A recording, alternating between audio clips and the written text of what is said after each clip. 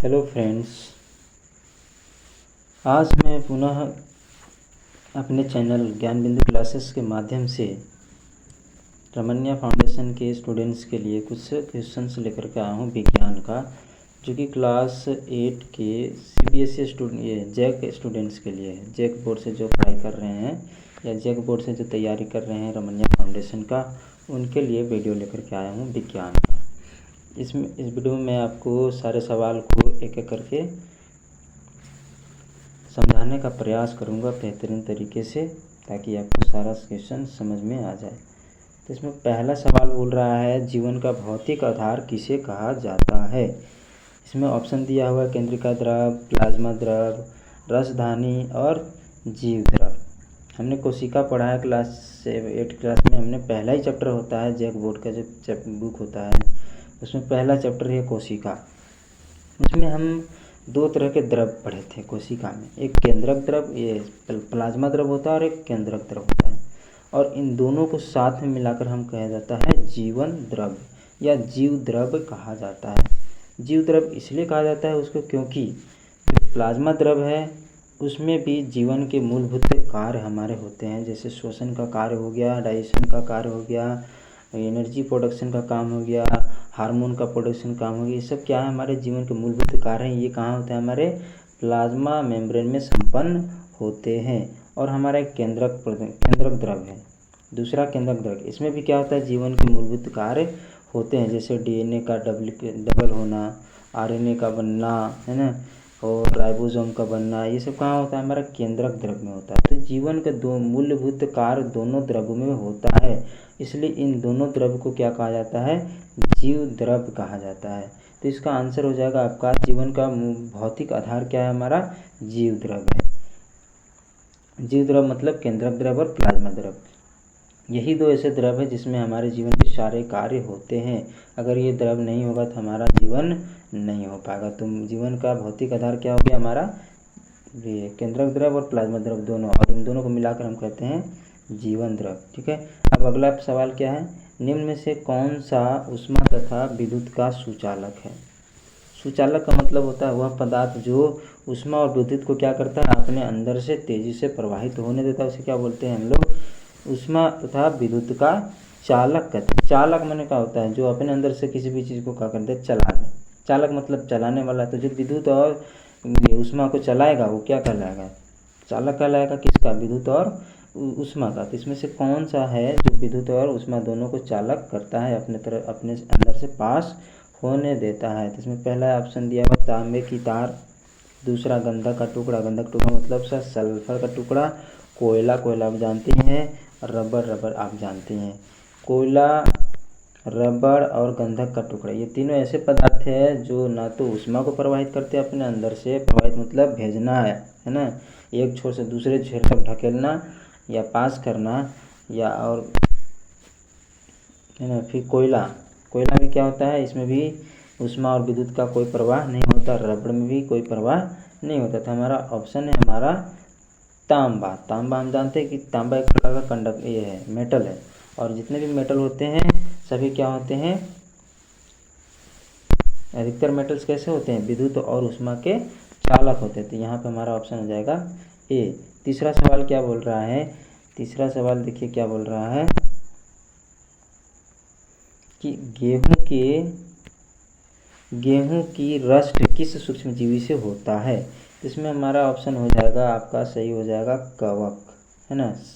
यहाँ पे 4 ऑप्शन दिया हुआ, 4 प्रकार के जीवाणु होते हैं, हम लोग जानते हैं सूक्ष्मजीव होते हैं। 4 प्रकार के सूक्ष्मजीव होते हैं, पहला जीवाणु होता है, दूसरा कवक, तीसरा शैवाल और चौथा विषाणु दिया हुआ। विषाणु हमारा कैटेगरी में नहीं आता सूक्ष्मजीव में। कौन कौन आता है, जीवाणु, कवक, शैवाल और एक होता है, एक मिनट, हाँ हम क्या बोल रहे थे, सूक्ष्मजीव 4 प्रकार के होते हैं, जीवाणु, कवक, शैवाल और एक होता है प्रोटोजोआ, ठीक है ना, प्रोटोजोआ होता है। तो इसमें से विषाणु हमारा सूक्ष्मजीव के तहत नहीं आता है, क्योंकि विषाणु ना तो निर्जीव है ना ही सजीव। अगर ये किसी सजीव के शरीर से बाहर रहता है तो ये निर्जीव जैसा काम करता है, और अगर किसी शरीर में घुस गया, किसी सजीव के अंदर घुस गया तो सजीव के जैसा बिहेव करता है, इसलिए इसको जीवन के रूप में रखा ही नहीं जाता है। हमारा 4 प्रकार के होते हैं। इन चारों में से कौन सा ऐसा सूक्ष्म जीव है जो गेहूं में रस्ट करता है? गेहूं में रस्ट का मतलब होता है उसके पत्ते में रस्ट जैसा लग जाता है। रस्ट मतलब उसमें छेद होता है ना। देखे होगे कि गेहूं का जो पत्ता होता है उसका जो हरा कलर होता है वो गायब हो जाता है और एक प्लास्टिक जैसा मेम्ब्रेन उसमें बन जाता है, जिसको हम लोग क्या बोलते हैं? गेहूं का रस्ट। और ये करता कौन है? कवक करता है। कौन करता है? कवक। कवक को बोलते हैं इंग्लिश में फंजाई। क्या बोला जाता है? फंजाई कहा जाता है। अब हम अगला सवाल देखेंगे, चौथा नंबर का सवाल। चौथा नंबर सवाल में क्या बोल रहा है? शुक्राणु कैसे होते हैं? शुक्राणु आप जानते हैं जिसे हम स्पर्म कहते हैं, है ना, जो मेल गैमेट होता है। वो शुक्राणु क्या है? ये मेल मतलब क्या होता है? पुरुष, ठीक ना। पुरुष के जनन अंग से निकलने वाला जो ये होता है, गैमेट होता है, उसे क्या बोलते हैं हम लोग? शुक्राणु कहते हैं, जो रिप्रोडक्शन में काम आता है, ठीक है। पुरुष में क्या होता है? शुक्राणु, और महिला में क्या होता है? अंडाणु। इन दोनों के मिलने से क्या होता है? बच्चा का जन्म होता है। तो शुक्राणु कैसे होते हैं? छोटे, बहुत सूक्ष्म, या क्षीण, या सूक्ष्म होते हैं। इसमें से हमारा ऑप्शन हो जाएगा बहुत सूक्ष्म। क्या हो जाएगा? बहुत सूक्ष्म। छोटा का मतलब होता है वैसा चीज़ जो हम जैसा छोटा उसको देख सकते हैं, और बहुत सूक्ष्म जो वैसे होते हैं जिसको हम देख नहीं सकते। छोटा तो होता है लेकिन बहुत ज़्यादा छोटा, इतना ज़्यादा छोटा कि उसे हम देख नहीं सकते, उसे हम कहते हैं बहुत ज़्यादा सूक्ष्म कहते हैं, ठीक है। सूक्ष्म का भी मतलब होता है जिसे हम नहीं देख सकते, लेकिन ये क्या होते हैं? बहुत ज़्यादा सूक्ष्म होते हैं, ठीक ना। तो हमारा ऑप्शन हो जाएगा बी। पाँचवा सवाल हम देखते हैं। पाँचवा सवाल क्या कर रहा है? निम्न में से एक कोशिका जीव क्या करता है? निम्न में से एक कोशिका जीव क्या कर सकता है ना। तो देखिए, एक कोशिका जीव तब तक हो सकता है जब तक वो कोशिका क्या करता हो? जीवन के सारे मूलभूत कार्य को करता हो वो कोशिका, तब उसे हम क्या कहेंगे? जीवन कहेंगे। जैसे श्वसन हो गया, उत्सर्जन हो गया, वृद्धि हो गया, और भी डाइजेशन हो गया, सर्कुलेशन हो गया, ये सारे कार्य अगर करता है वो कोशिका सिंह, तब हम उसे क्या कहेंगे? जीवन कहेंगे, है ना। एक कोशिका और एक कोशिका जीव में ये अंतर होता है। एक कोशिका उसे कोशिका हो गया जिसमें मूलभूत कार्य होना अनिवार्य नहीं है, और जो जीव है वो एक कोशिका है, अगर जीव है वो, तो उसमें सारे जीवन के सारे मूलभूत कार्य होने चाहिए। जैसे अमीबा होता है ना। अमीबा और वायरस अभी बताए थे, वायरस और अमीबा।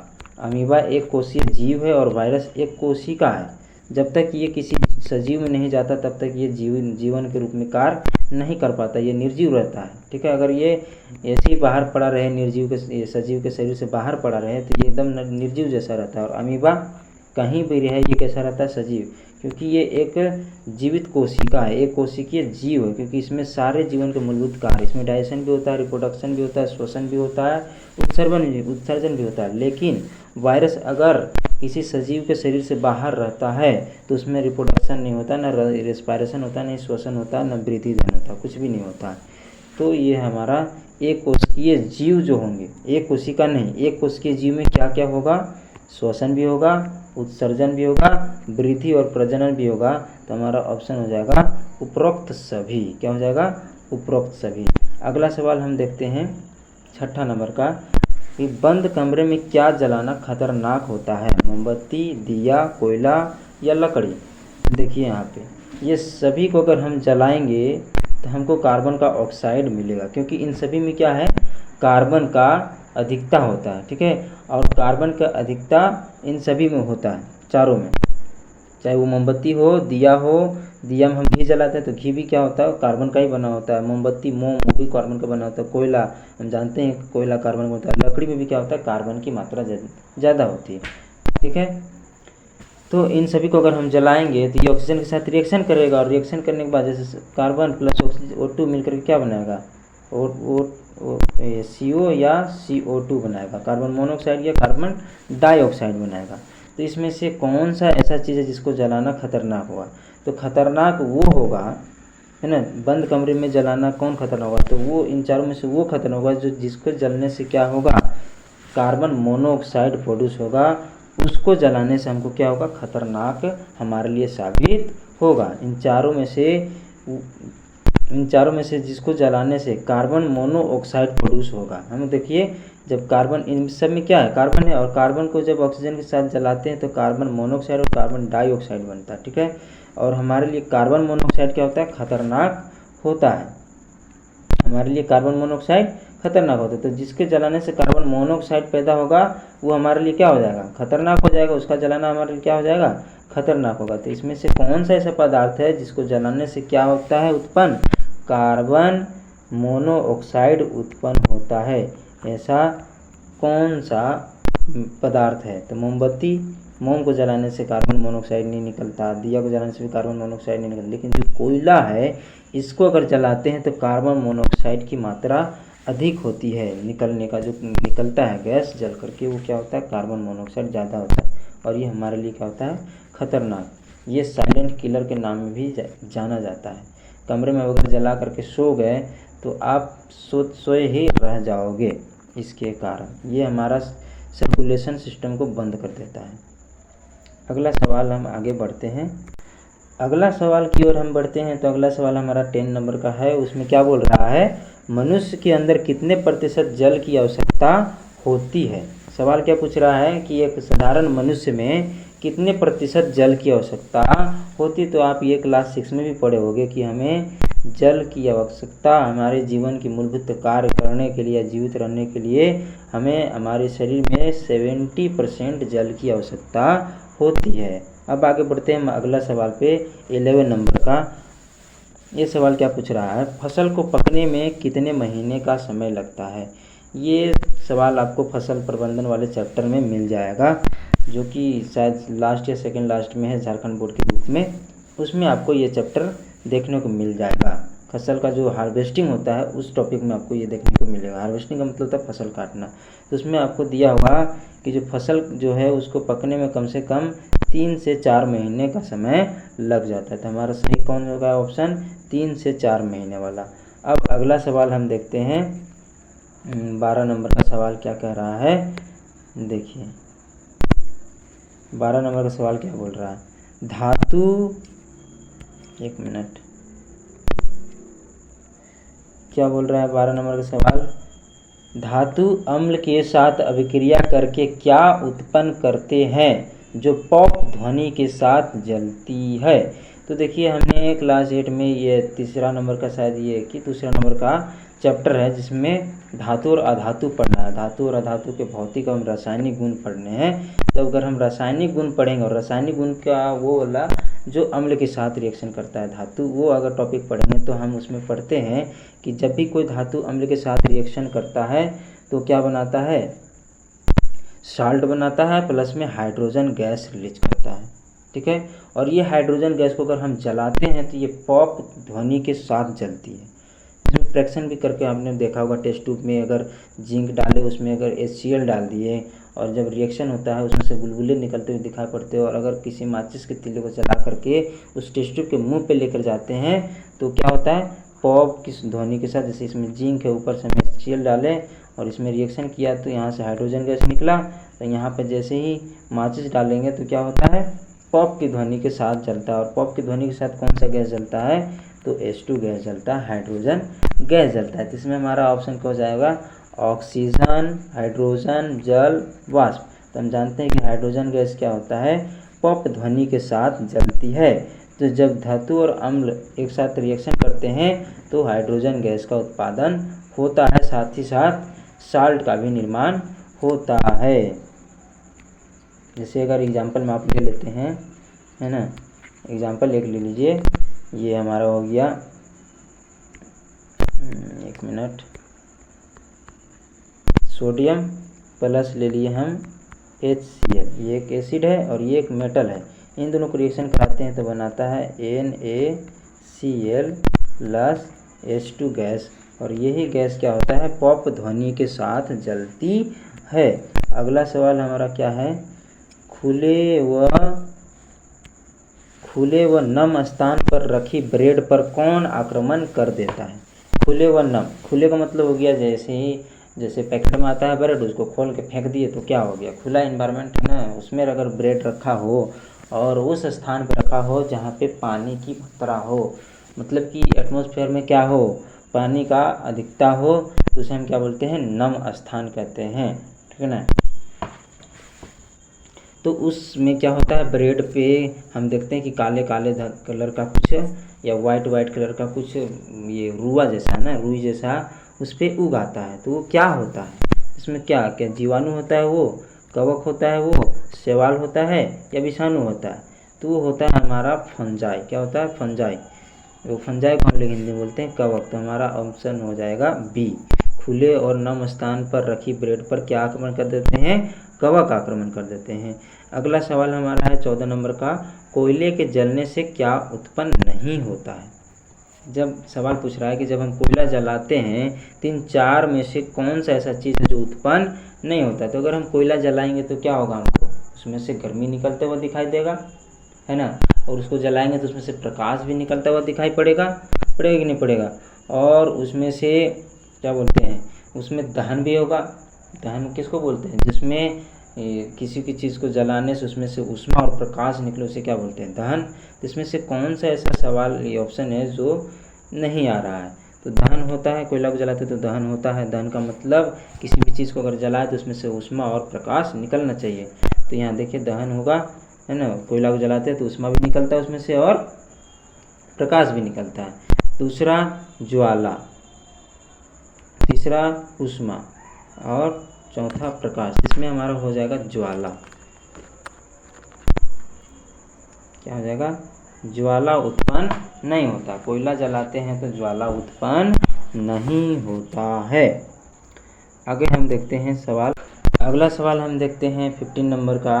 उसमें क्या पूछ रहा है कि कॉपर बैटरी के ऋण टर्मिनल से संयोजित होकर क्या उत्सर्जित होता है। मतलब पूछ रहा है कि जो कॉपर का बैटरी होता है उसका जो ऋण टर्मिनल होता है या उसको नेगेटिव टर्मिनल कहते हैं, उससे क्या जुड़ा हुआ होता है। तो हम जानते हैं कि बैटरी में दो टर्मिनल होते हैं, एक पॉजिटिव और एक नेगेटिव। ऋण और धनात्मक टर्मिनल होते हैं, धन टर्मिनल और ऋण टर्मिनल होते हैं। तो धन टर्मिनल से हमारा जुड़ा होता है और इन दोनों से जुड़ा होता है इलेक्ट्रोड जुड़े होते हैं। क्या जुड़े होते हैं, इलेक्ट्रोड। मेटल का कुछ एक पार्ट्स होता है, मेटल का बना इलेक्ट्रोड होता है, उसमें जुड़ा हुआ होता है किससे, पॉजिटिव टर्मिनल और नेगेटिव टर्मिनल से। तो इसमें हमारा ऑप्शन हो जाएगा इलेक्ट्रोड। और कौन सा इलेक्ट्रोड होगा, तो हमारे पास दो तरह के इलेक्ट्रोड होते हैं, कैथोड और एक एनोड। एक कैथोड और एक होता है एनोड। कैथोड हमारा पॉजिटिव टर्मिनल से जुड़ा होता है और एनोड हमारा नेगेटिव टर्मिनल से जुड़ा होता है। तो ऋण में हमारा हो जाएगा नेगेटिव टर्मिनल, यहाँ पे दिया हुआ नहीं है ना। तो नेगेटिव ये एनोड का इलेक्ट्रोड नहीं दिया हुआ, तो हमारा ऑप्शन सही हो जाएगा ए, सिर्फ इलेक्ट्रोड, ठीक है। अगला सवाल हम देखते हैं 60 नंबर का। क्या कह रहा है कि किशोरों को क्या कहा जाता है। 60 नंबर में क्या बोल रहा है, किशोरों को क्या कहा जाता है। तो किशोरों को किशोर, किशोरी या टीनेजर या यौवन कहते हैं। यौवन नहीं होगा, यौवन का मतलब होता है युवा। किशोर का मतलब होता है जो 12 से लेकर के 19 के बीच का जो एज होता है उसे हम क्या बोलते हैं, किशोरा अवस्था कहते हैं, है ना। इंग्लिश में क्या बोलते हैं उसको,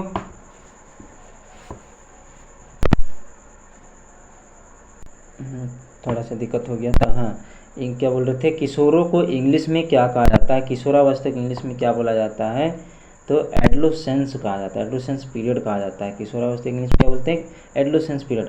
और इसे हम इंग्लिश में टीनेजर्स के नाम से भी जानते हैं। टीनेजर्स का मतलब वो एज समूह, वो एज पीरियड या वो टाइम पीरियड जिसमें क्या होता है, टीन्स लगे होते हैं, जैसे 13, 14, 15, 16, 17, 18, 19। तो 13 से लेकर के जो 19 का जो एज है उसे हम क्या बोलते हैं, टीनेजर। और किशोरावस्था का यही उम्र होता है, सिर्फ 13 से लेकर के 19 तक का जो समय है उसे क्या बोलते हैं हम लोग, किशोरावस्था कहते हैं। तो हमारा ऑप्शन हमारा हो जाएगा सी। क्या हो जाएगा, टीनेजर्स कहेंगे, किशोर किशोरी नहीं कहेंगे। किशोर का मतलब हो गया लड़का वाला, किशोरी का मतलब लड़की वाला। तो दोनों को मिला करके हम क्या बोलते हैं, टीनेजर्स कहते हैं, ठीक है। और यौवन हम कहेंगे नहीं, यौवन हमारा 20-21 साल के बाद स्टार्ट होता है, ठीक है। अगला सवाल पूछ रहा है कि खरपतवार हटाने की विधि को क्या कहते हैं। खरपतवार हटाने की विधि को क्या कहते हैं, ये हमारा फसल चैप्टर से रिलेटेड सवाल है। खरपतवार क्या होता है, ये एक प्रकार का घास है, क्या घास फूस है जो हमारे फसल के साथ साथ उग जाते हैं और ये फसल को हमारा क्या करते हैं, वृद्धि करने से रोकते हैं। ऐसे पौधों को क्या कहा जाता है, खरपतवार। तो इनको हटाने की विधि को क्या कहा जाता है, कटाई नहीं, कटाई तो हम फसल को काटने की विधि को कहते हैं निराई। जी, निराई इसको कहते हैं। फसल से खरपतवार को हटाना क्या कहा जाता है, निराई कहा जाता है। तो हमारा ऑप्शन नंबर बी सही हो जाएगा। अगला सवाल देखते हैं 18 नंबर क्या बोल रहा है। 18 नंबर सवाल पूछ रहा है विद्युत धारा कौन सा प्रवाह उत्पन्न करती है। इसमें से ऑप्शन प्रकाश, गुरुत्वाकर्षण, चुंबकीय प्रभाव, इनमें से कोई नहीं। विद्युत धारा, सवाल क्या पूछा, जो विद्युत धारा होता है वह कौन सा प्रभाव उत्पन्न करता है। तो हम जानते हैं कि विद्युत धारा 3 प्रकार का प्रभाव उत्पन्न करती है। पहला है ऊष्मीय प्रभाव, ऊष्मीय प्रभाव, दूसरा होता है चुंबकीय प्रभाव और तीसरा होता है रासायनिक प्रभाव। ठीक है, तो ये 3 प्रकार के प्रभाव विद्युत धारा द्वारा उत्पन्न किए जाते हैं। ऊष्मीय प्रभाव से हमारा आयरन चलता है ना, वो क्या बोलते हैं उसको, आयरन चलता है, हीटर चलता है, ये सब किसके चलते हैं, ऊष्मीय प्रभाव के कारण चलते हैं। और बल्ब भी हमारा जो होता है रेड कलर का जो जलता है 100 वाट वाला, वो भी ऊष्मीय प्रभाव के कारण ही चलता है।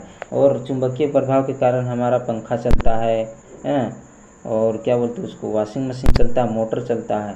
और रासायनिक प्रभाव के कारण बहुत सारी चीज़ें से इलेक्ट्रोप्लेटिंग जो होता है, लोहा के ये ऑर्नामेंट्स के ऊपर के सोना का पानी चढ़ाकर भोली भाली लड़कियों को क्या बना दिया जाता है, मूर्ख। ये किस प्रभाव से होता है, रासायनिक प्रभाव से होता है। अगला सवाल हमारा है 19 नंबर का, क्या बोल रहा है, हमारे वायुमंडल में कितने प्रतिशत नाइट्रोजन गैस है। ये तो बच्चा का सवाल है, ये भैया इसको बताने की ज़रूरत नहीं है। तो इसमें हमारा ऑप्शन हो जाएगा 75%। 75 नहीं, 78%। क्या होता है, 78% नाइट्रोजन गैस पाया जाता है हमारे वायुमंडल में। अगला सवाल देखिए 20 नंबर का, निम्न में से अशुद्ध कौन सी है, अधातु कौन सी है, निम्न में से अधातु कौन सी है। इसको सब कोई बता सकता है, जो 6ठा क्लास का बच्चा ही बता देगा, 5 वाली बता देगा कि इन चारों में से कौन सा ऐसा ऑप्शन है जिसमें अधातु दिया हुआ है। तो इसमें सल्फर, कार्बन, ऑक्सीजन। सल्फर भैया हम जानते हैं सल्फर भी क्या है, नॉन मेटल है, अधातु है। कार्बन भी क्या है, नॉन मेटल है, अधातु है। ऑक्सीजन भी क्या है, नॉन मेटल है, अधातु है। तो इनमें से हमारा सारे ऑप्शन क्या हो जाएंगे, सही हो जाएंगे। इस प्रकार से हमारा साइंस का क्वेश्चन सेक्शन समाप्त होता है। अगर आपको वीडियो अच्छा लगता है तो आप लाइक करें, शेयर करें और सब्सक्राइब करें हमारे चैनल को, अगर आप हमारे चैनल पे नए हैं तो। इसी प्रकार के और भी सवाल चाहिए तो आप हमारे इस वीडियो पे कमेंट करें, हम आपको और भी वीडियो इसी प्रकार के लाते जाएंगे, खास करके रमनिया फाउंडेशन की तैयारी कर रहे स्टूडेंट्स के लिए।